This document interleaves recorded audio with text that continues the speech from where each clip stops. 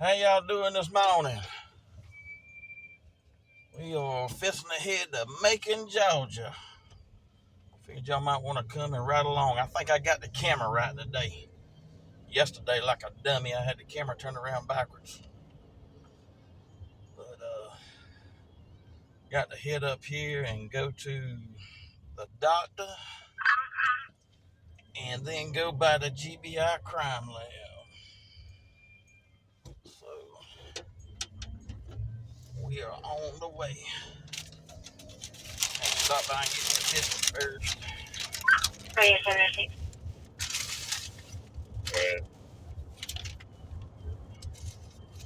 uh, Someone reported a reckless driver. Highway 80 East at Evergreen Road. Caller advised that they were coming into East Dublin.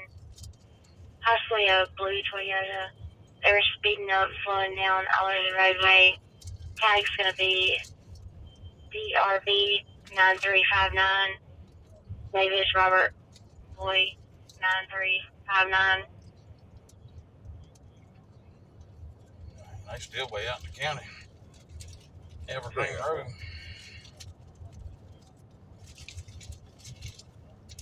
But anyway, yeah, we headed to the Macon, Georgia this morning.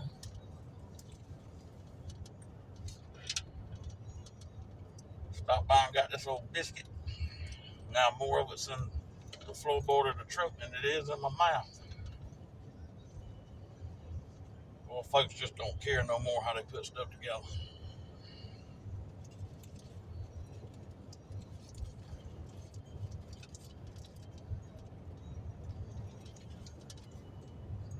Hope everybody's doing good this morning. Hope y'all all had a good night. Everything's going y'all's way.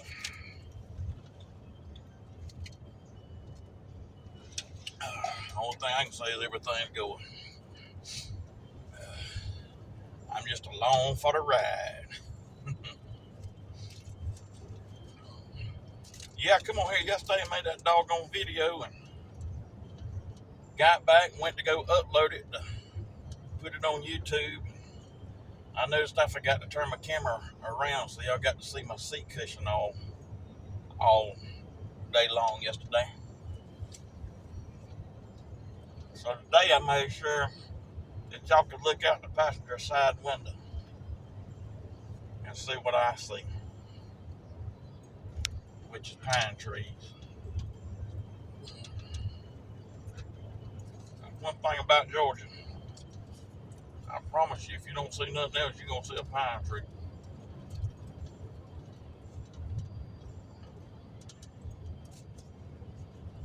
Oh, this biscuit's about to whoop me.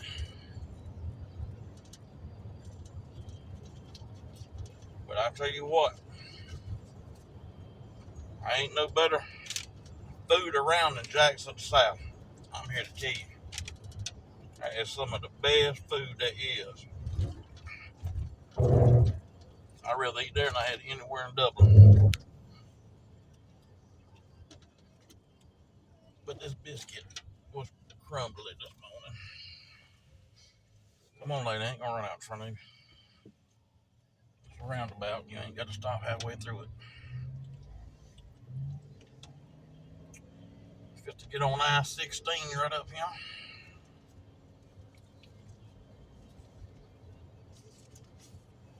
Be westbound and down.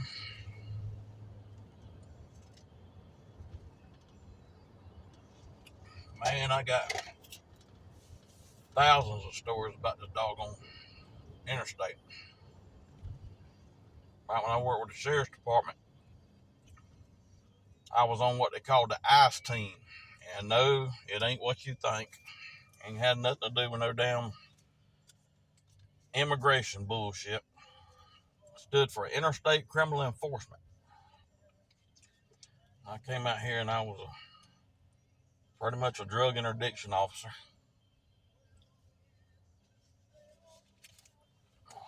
And I jumped these hills for 15 years out here on this interstate. This was my office.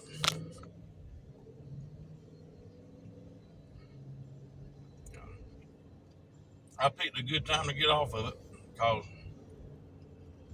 the year I got off of it, they put up this dang cable across the median where you couldn't cross the median no more. And it pretty much just screwed up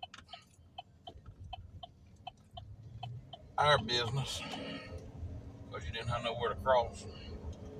I think what it was is I was writing too many doggone senators and congressmen going back and forth from Atlanta to Savannah. I was writing them too many tickets.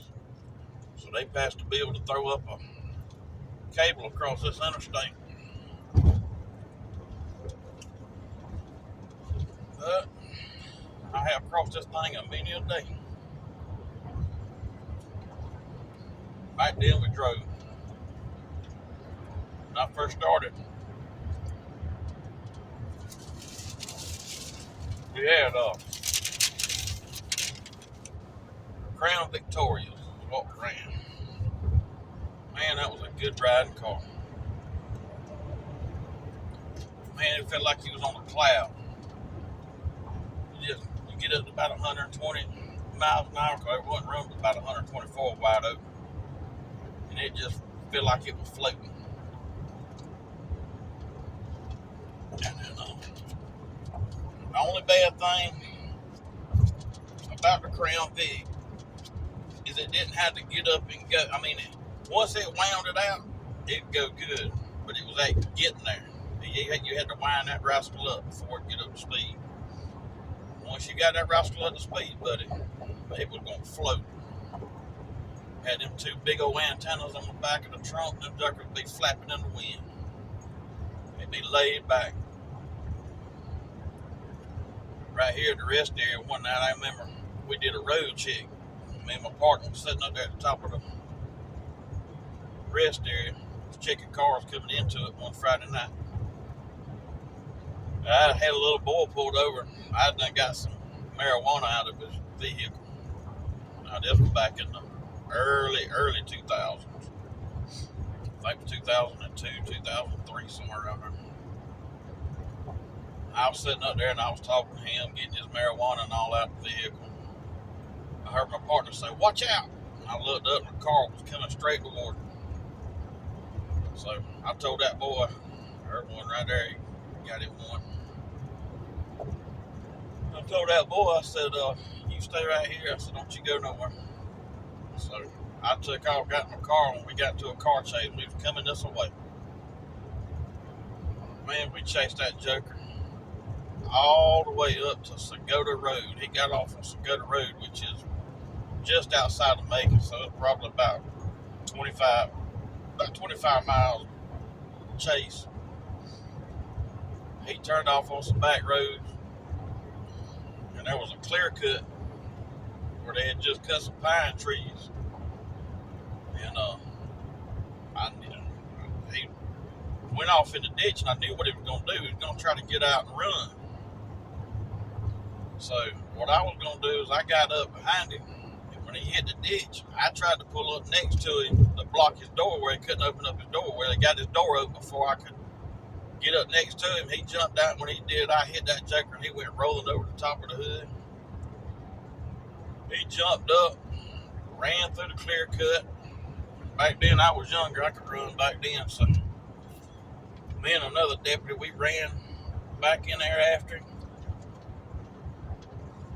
See, I think the foot chase was longer than the car chase. We ended up getting him. I think he did some prison time for that. But man, I've had some doozies, some stories out here. Some good car chases out here. Me and old boy, we stopped a car one Sunday afternoon, and it was a wide open space like this right here, where it wasn't nothing. There wasn't no woods. It was just fields on each side of the interstate. And there was about 4 or 5 boys in the car. Well, I got them all out, and I called my partner to come up there. He came up there. We searched them, and I went to go search the vehicle.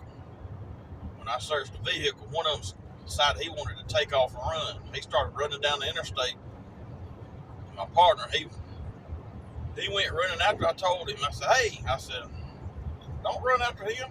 I said, get in your car and go down there and pick him up. I said, he ain't got nowhere to go.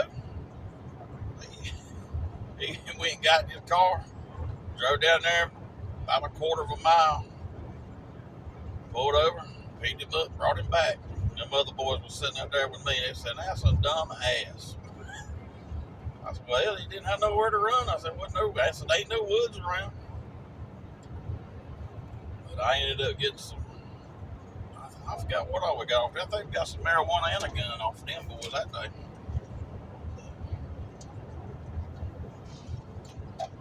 I'm telling you, I have had some good times out here on this interstate. That was some of my best times as a police officer, was working this interstate. I loved to work dope, and I was good at it. If I pulled you over and I went to go searching your vehicle, 9 times out of 10, I was going to get me some dope out of it. State Patrol got him one right there on the eastbound side.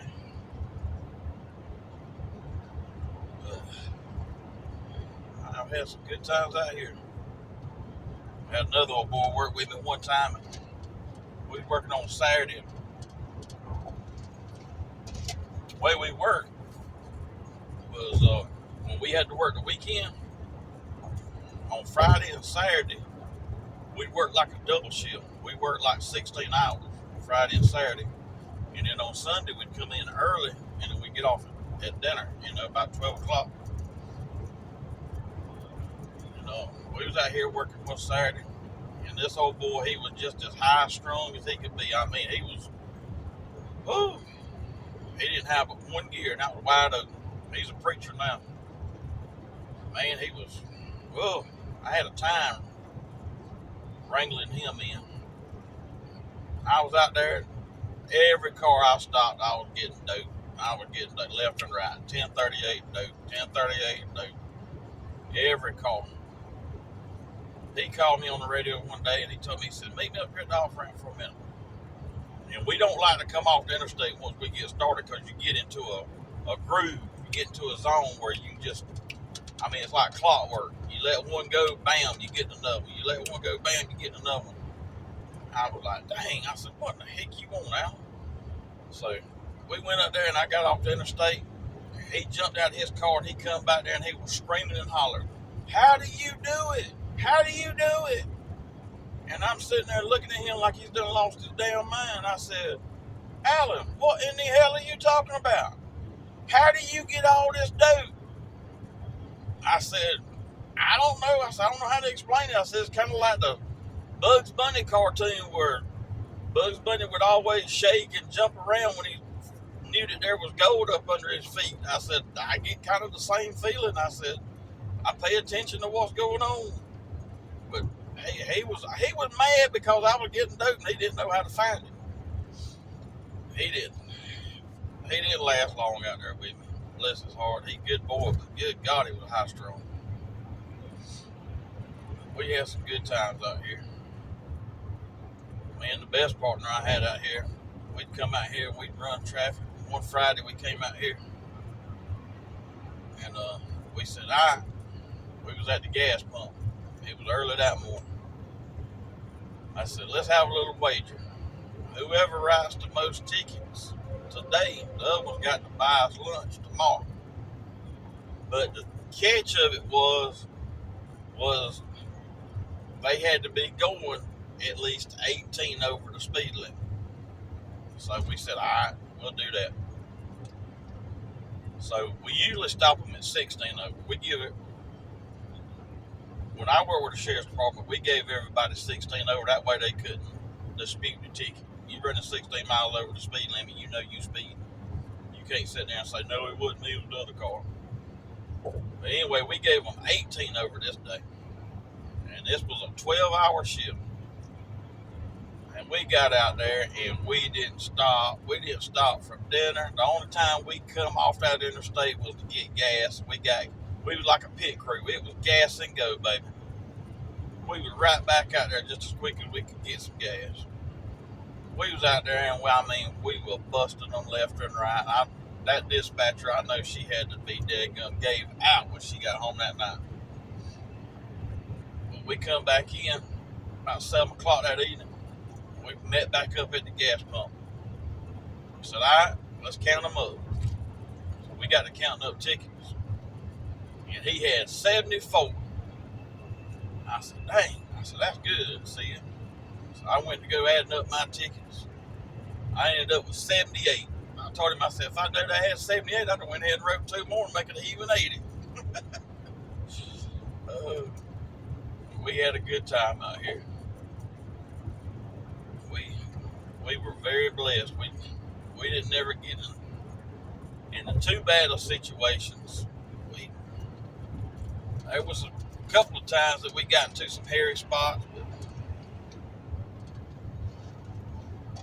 for the most part, we were very blessed. We never got run over. We never got shot. So, the good Lord blessed us there. But it wasn't for the lack of trying. I was out there working by myself one day, and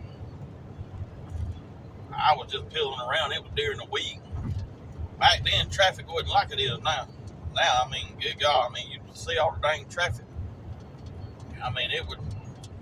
Back then, traffic would be like every, 200-300 yards, you'd pass a couple of cars, this, that, and the other.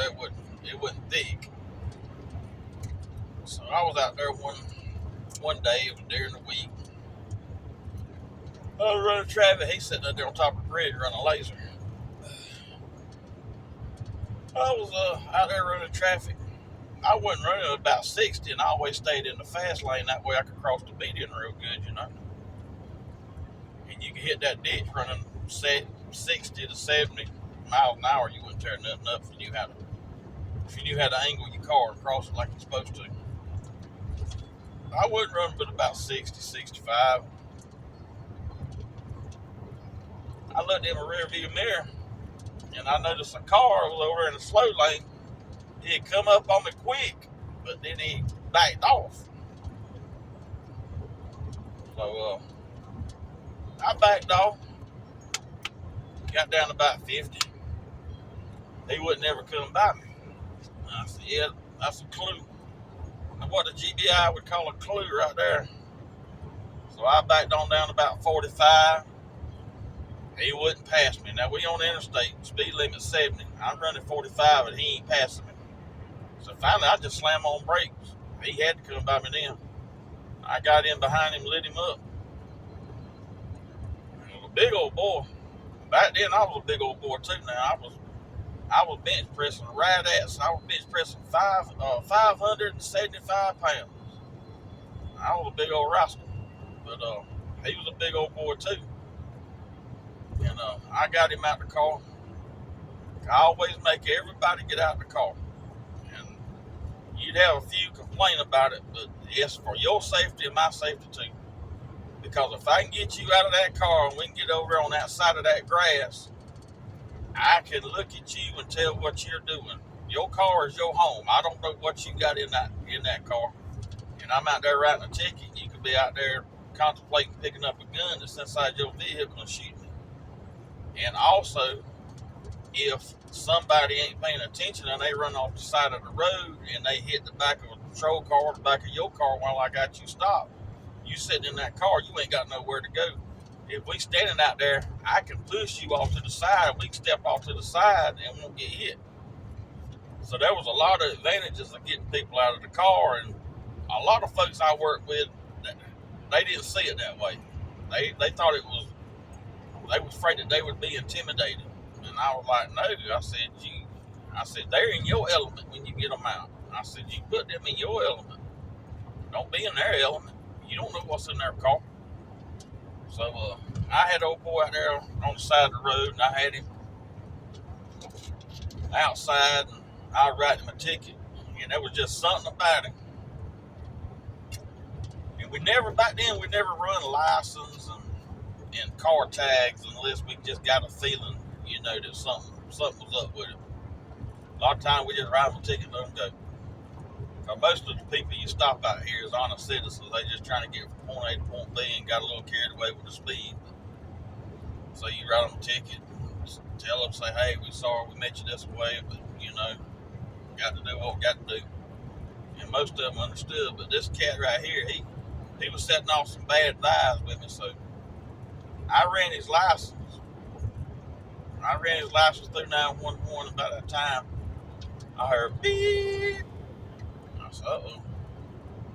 She said, 34th eyes will be ready to copy. I said, go ahead. She said, such and such, he's wanted by the Marshal Services out of Atlanta for 1043, which is a murder. I said, 10-4. So, log truck. If I was working the damn interstate, I'd pull his ass over in a heartbeat in a fast lane riding like that. He getting his butt over now. I done went past him in the patrol unit. But anyway, he said, no, man. He said, I got all that cleared up. He said, all that's good. He said, I got the paperwork in the truck. He said, or in the car. He said, let me go back and get he said, it's right there in the center console. He said, let me go back and get it. He tried to walk back to his car. And I stood in between him and his car. I said, no. I said, you ain't going back to that car now. He said, let me go back and get the paperwork. I said, no. I said, you're going to stay right here. He said, it won't take you just a second. Let me get the paperwork. So I took him and we wrestled. And I throwed him up on the hood of the Crown Vic and got him handcuffed and put him over in the ditch, put him on his belly. I went to his car and looked. He had a loaded 9mm sitting right there in the console right there. He ain't had no paperwork. What he was going to do, he was going back to get that gun. He was going to come back and shoot me. But I'm glad I had enough common sense and awareness about myself. I never let a person go back to their vehicle for nothing. They had something they needed to show me, I'd get it. I never let nobody go back to their car. But that was one of the closest times I ever came to getting shot. Now, we was in a shootout. It was a domestic one night, it started at night and it ended about dinner time the next day. We had a man, he was all geeked up, held his wife hostage down in Bruton. It was back in 2008, January 12th. I'll never forget it. And he held his wife hostage. And we finally was able to get her. And then he come out with a gun taped to his hand shooting. And ended up having to put him down. But other than that, that was two closest times I come to getting shot at. I did when I was just started on the road. Hadn't been mandated long. Green. Back then, you didn't have like it is now. Now you got field training officer. You ride around with an officer for, if you're a new police officer, new deputy or something like that, you'll ride around for a month or two, and with these bigger departments, some departments they make you ride around for 6 months to a year with a seasoned officer. And I think that's got its good advantages and it's got its bad advantages. But anyway, I was green, and the day I was hired, or the day after I got mandated, my sheriff, I went there and got sworn in. He handed me a gun and a bulletproof vest. He said, you'll probably need that tomorrow. And we had a mess. We had to go to another county and help out another county up there in Putnam County. They had a code up there, and their leader was going to court. You know, we all had to go up there for that. But anyway, like I was saying, I was working one night, and this was before I got on the Interstate Criminal Enforcement Unit. I was still on patrol then when I first got mandated. I was riding around one night. I was working the side of the town that I live on. So I was very, very familiar with every road. And I was working, and it was about 11 o'clock one night. It was during the week, so there wasn't a whole lot of traffic. It was rural road. And I saw a beer can laying in the middle of the road in a wet spot. My headlights hit it. So I sped on up. I said, I got me a DUI up here somewhere.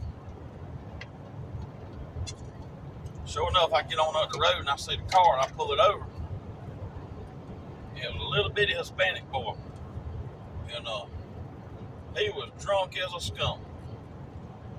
So I got him out of the car and put him in handcuffs and put him in the back of my darn car. And back in where I made my mistake is I didn't search him. Well, I made three mistakes really. I didn't handcuff him. I just put him in the back seat of the car. He was drunk at the time. So I put him in the back seat of the car. I had done called for a record to come. I'm sitting out there and it's midnight. He goes to beating on my glass. So I open up the door. I said, what you want, man? He said, I got to go to the bathroom. He said, I got to pee. Well, I didn't want him peeing in the back seat of my car. So I let him out of the car where he could go to the bathroom. I stood right there with him. He went to the bathroom. I went to go put him back in the car, and he bucked on me. He pulled out a dang knife, and he come up with a knife, and he cut the pocket on my shirt. But when he did, I kind of went backwards, and then I come back, and I hit him just as hard as I could and knocked him down in the ditch. He got out and ran through the woods, and I run after him. And back then, we carried them big old mag lights. I could have shot the boy, but I didn't. We carried those big old mag lights. He went running through the woods, and that rascal hit a briar patch, and he stopped, and I was on his butt. And when he stopped, I hit him just as hard as I could with that mag light in the back of the head. Knocked him down. Ended up having to fight him. When I hit him with my fist, he dropped his knife, but I didn't know what else he had on him, you know. So when I got him down in that briar patch, we went to Tuscaloosa. I got my pepper spray out and sprayed him. Got him handcuffed. Drug him back through the briars. Put him in the back seat of the car. But I learned a valuable lesson that night. There wasn't a time after that I didn't search somebody and put them in handcuffs after I locked them up. You can't take nothing for granted out here, especially when you're doing this mess that I'm doing. Because folks already don't like you. But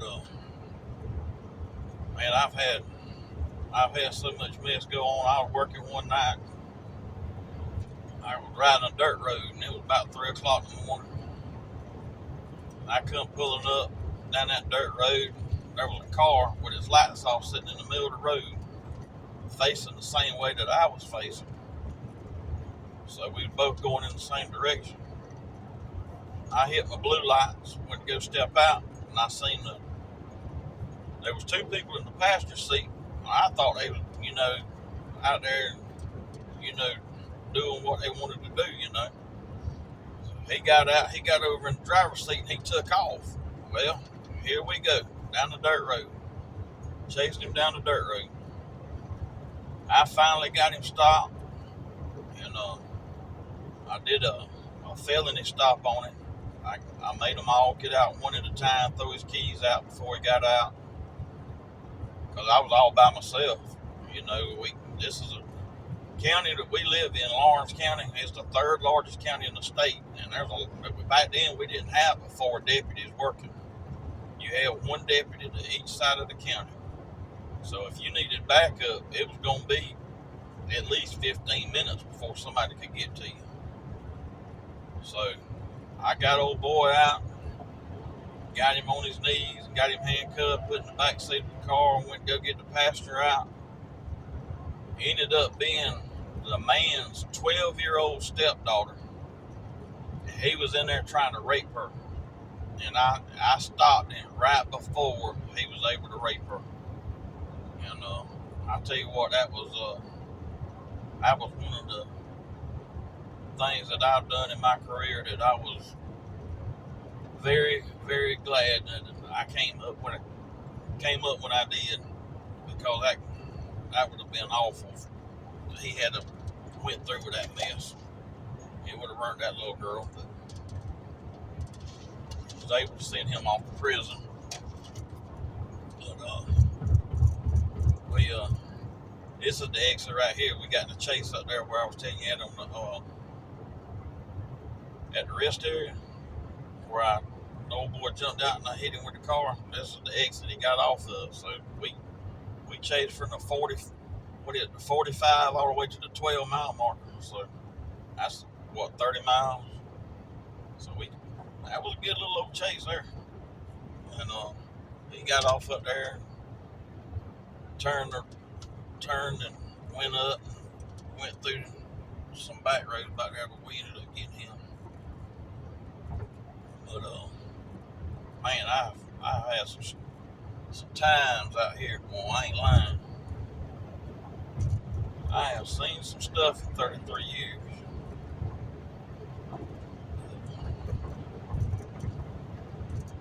This stretch of interstate has got to be the longest stretch from Dublin to Macon. It seems like it takes forever to get up here.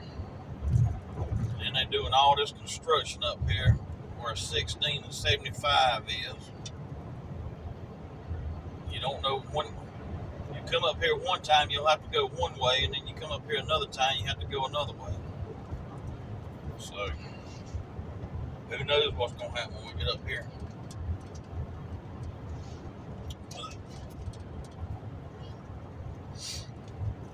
Oh.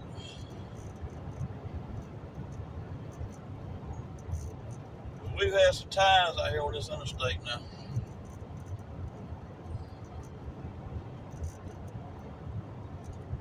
I was out there one day.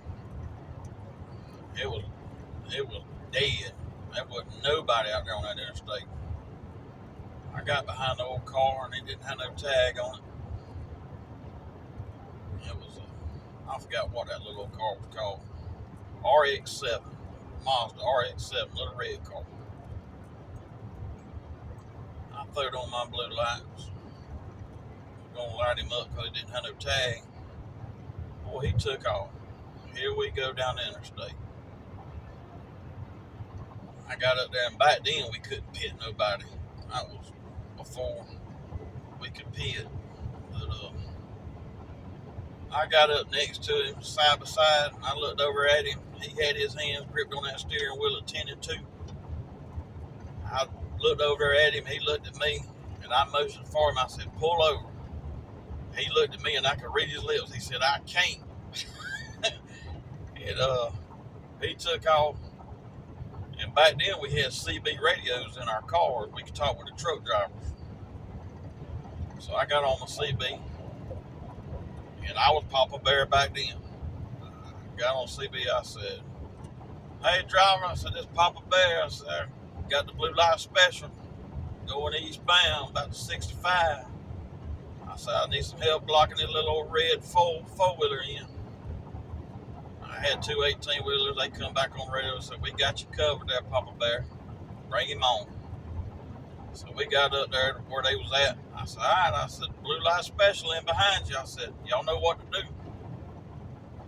So they blocked both lanes of traffic where he didn't have nowhere to go. Well, he went and tried to go around them in the grass. And when he did, he lost control of that doggone car. He went out in front of those two 18-wheelers. went across both lanes of traffic, back down in the ditch, hit a tree sideways. That car went straight up in the air, did a helicopter spin, and come and landed right back down on his tires. He jumped out and ran, and we ended up catching him. But we got him back, and I got him back to the sheriff's office. Got him back there in booking. I said, man, why in the hell did you run? I said, I was just stopping you because you didn't have no tag. He said, well, he told me, he said, I'm from Statesboro, Georgia. He said, I went up to Atlanta to buy this car. He said, I got the title to the car. He said, it's paid for. I just bought the thing. He said, but I've been on probation. He said, and I think I'm wanted. I said, you think you wanted? He said, yeah. So I got his name and date of birth, and I run him. I come back there where he was at. I said, partner, I said, I got some good news and I got some bad news. He said, what's that? I said, well, I ran you and you wasn't wanted. I said, but your ass is now. And he just put his head down. All he had to do was stop, show me his paperwork, and I would have let him go. I wouldn't even have wrote him a ticket or nothing. He ended up going to jail over that and revoked his probation. People just do some stupid stuff out here, man. They don't use a dang head. You know good and well you can't run from that radio. That radio will get you every time. Well, I promise you, if I don't catch you, I'm going to radio into somebody up the road that is going to get you. And you sure don't want those blue and grays get behind you. State Patrol. Georgia State Patrol will run you. They'll run you to the ocean, brother. They gonna get you. Man, I'll be glad when they get doing all this daggone road construction.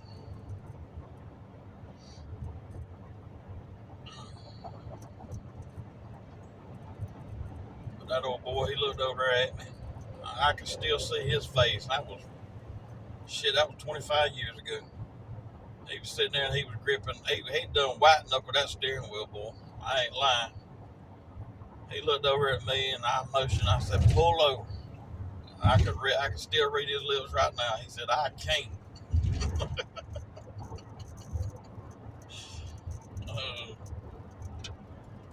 Ooh. And we live amongst them, people. We live amongst them. Oh, Lord. Dang, I hate coming up through here.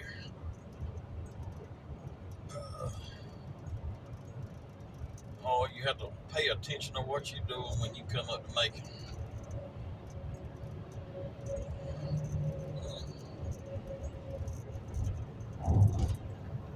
Ain't no room for air right through him.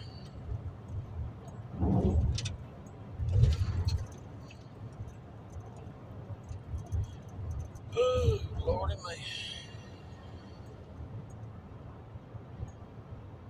There's the train going across the interstate.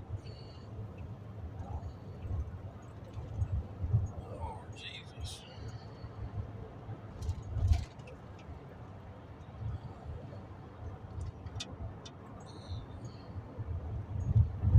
We in the big town of Macon, Georgia now. Oh. Good gracious alive. Boy, this is like riding in downtown Atlanta right through here. Boy, you couldn't pay me enough money to work this mess up here. I got to get my butt all the way over to. Let's see here. How's the best way to do this? Well, these people want to slow down. I'm trying to slow down to get behind them, and they won't slow down, so I reckon I'll just speed the hell up and get on around. I got to get all the way over into the far lane.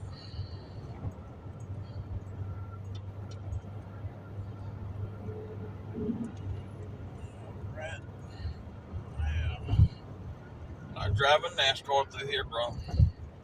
Gotta pick you a hole and go. I reckon I'm going the right way. They done changed it since the last. I was up here 3 months ago to come to the doctor, and they done changed it since then. Y'all,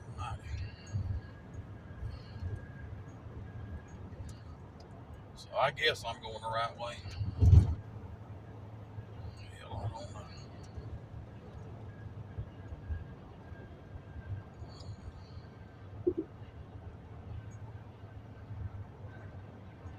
Alright then, Mr. Tahoe. Let me get on by you before you come over in my lane.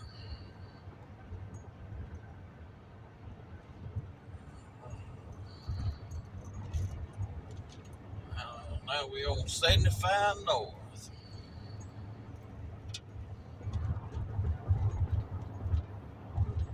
Well, when they do construction out here on this interstate, they milk that mess. They've been out here for about 5 or 6 years now working on this mess, and it still ain't done.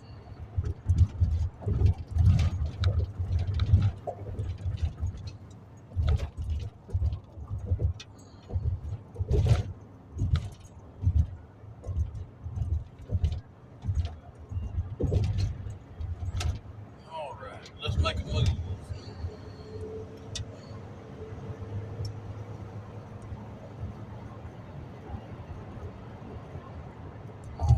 I've got to get off right up here.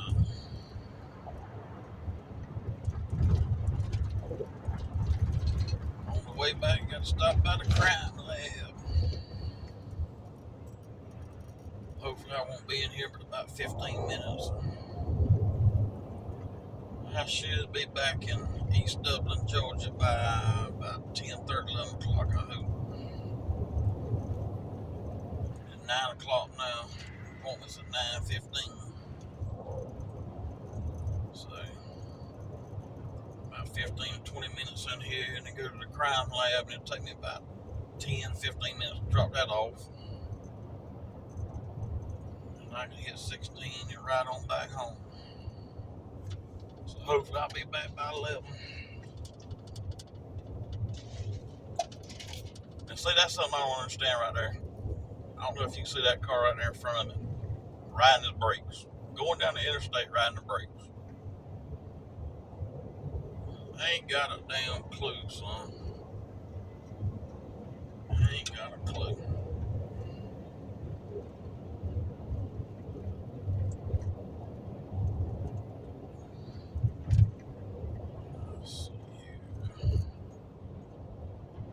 No, I don't need to get off from hard ride. I got to go on up one more.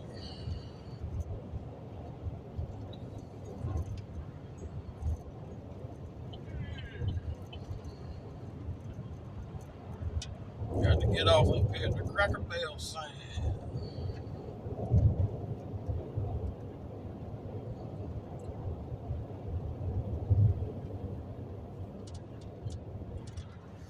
Hold on, this is my exit route. Riverside.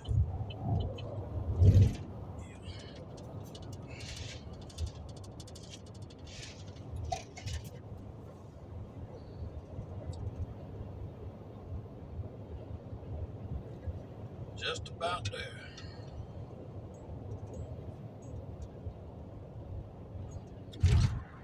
Timed out about right.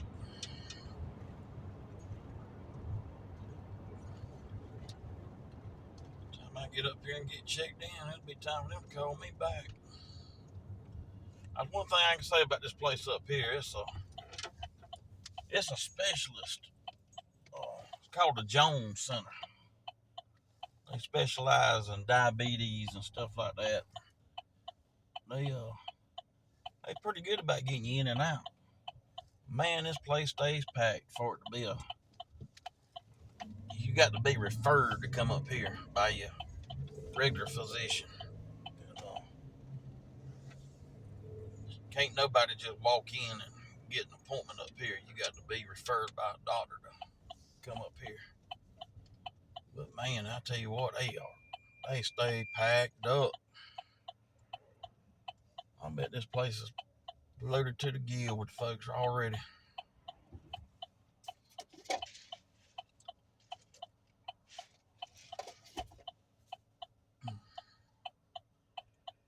Macon has really went downhill.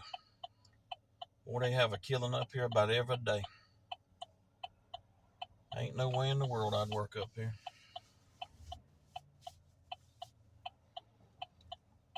All these crazy tail people.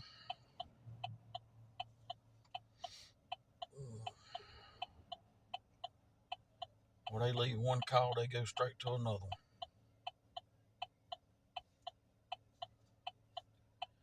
If somebody ain't shooting somebody up here, somebody's getting run over up here. It beats all I ever seen. And this red light right here, it could already be green or either yellow where I could go since my light's green. Oh, I'm gonna have to sit here about another 10-15 minutes to get through this darn one light.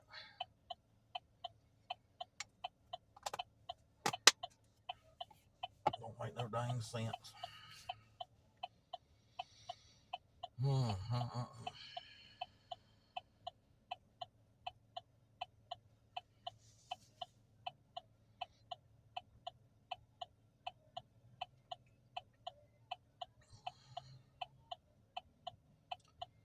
At least it ain't too crowded up here today.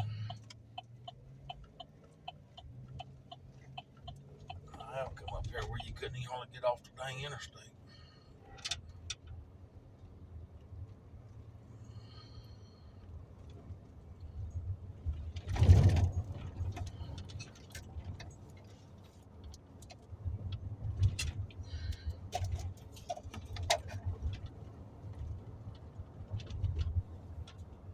And at least it ain't in downtown Macon. Man, you'd rather be horsewhipped and go through downtown Macon.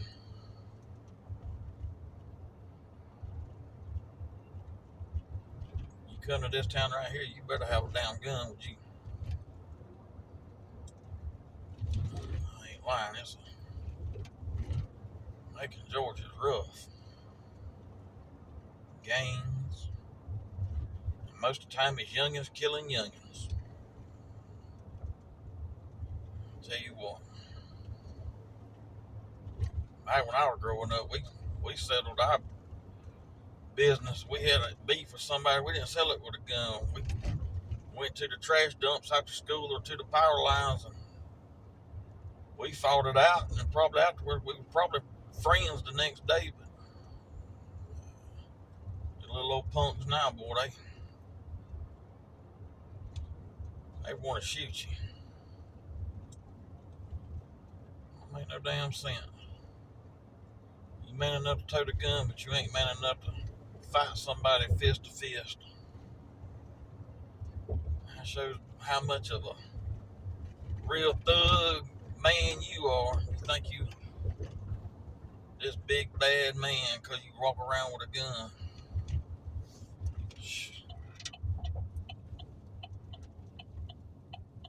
You want to show me a real man, show me one that don't mind throwing hands with somebody else instead of pulling guns and knives. Well, it ain't too bad up here, folks. I do see a parking spot, which is more than what I usually see when I come up here. So maybe I can get on in and get on out. That will be a blessing.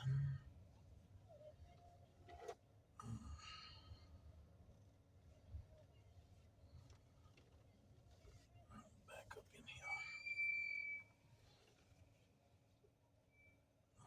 Lady, get in your car because I don't want to run you over. Go on, get in, lady. Bet you get in, and oh my God. Now you're going to sit here and take off clothes and everything else, and I'm up here trying to be nice to you and let you get on in before I back in, and here you are. You want to be a Miss Queen about things.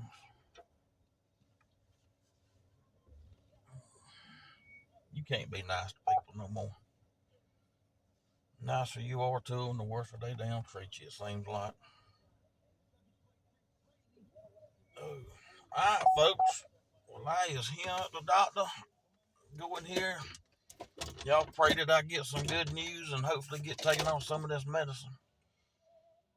And I will catch y'all on the next go around. And as always, y'all have a good one.